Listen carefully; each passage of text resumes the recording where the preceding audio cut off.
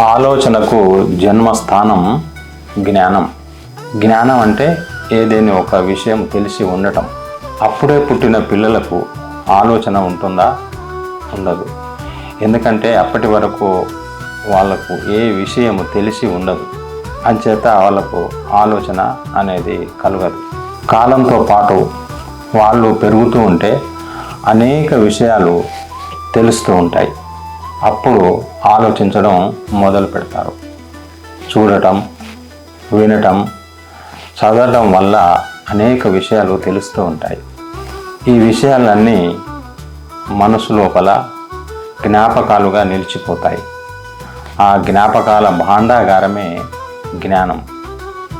విత్తుకు చెట్టుకు సంబంధం ఉన్నట్లే ఆలోచనకు జ్ఞానానికి అనుబంధం ఉంది.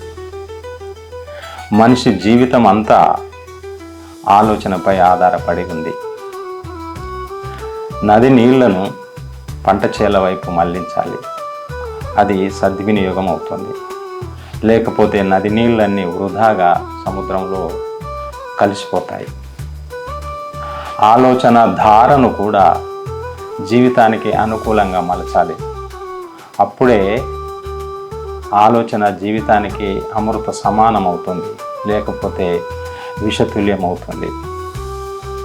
సరైన ఆలోచన జీవితంలో గొప్ప మార్పు తీసుకువస్తుంది. ఆలోచన శక్తి అంతా ఇంత కాదు. అది ఆకులు చుట్టుకున్న అనాగరికుని కొత్త వంగడాలు కనిపెట్టే సృష్టికర్తలుగా తీర్చిదిద్దింది. ఆకాశం అంచుల దాకా మోసుకు వెళ్ళింది.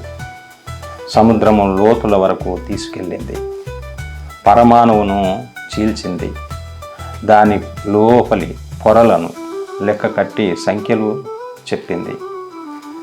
సూక్ష్మ దర్శనాలతో, దూరదర్శనాలతో కంటికి కనిపించని వాటిని, ఖగోళాలను మనిషికి చూపించింది. నిఘా నేత్రాలతో అఘాయిత్యాలను నియంత్రించేటువంటి ప్రయత్నంలోనూ ఉంది. మనిషి కోసం వెలిగి కొవ్వొత్తి కరిగిపోయినట్లుగానే ఆలోచనలు కూడా కొంతమందిని మహాత్ములుగా తీర్చిదిద్ది అవి మాయమైపోతాయి. ధ్యాన సాధనలో చివరిగా జరిగేది ఇదే. ఆలోచనలు మాయమైపోవడం అంటే మనసు నిశ్చలమైపోవడం.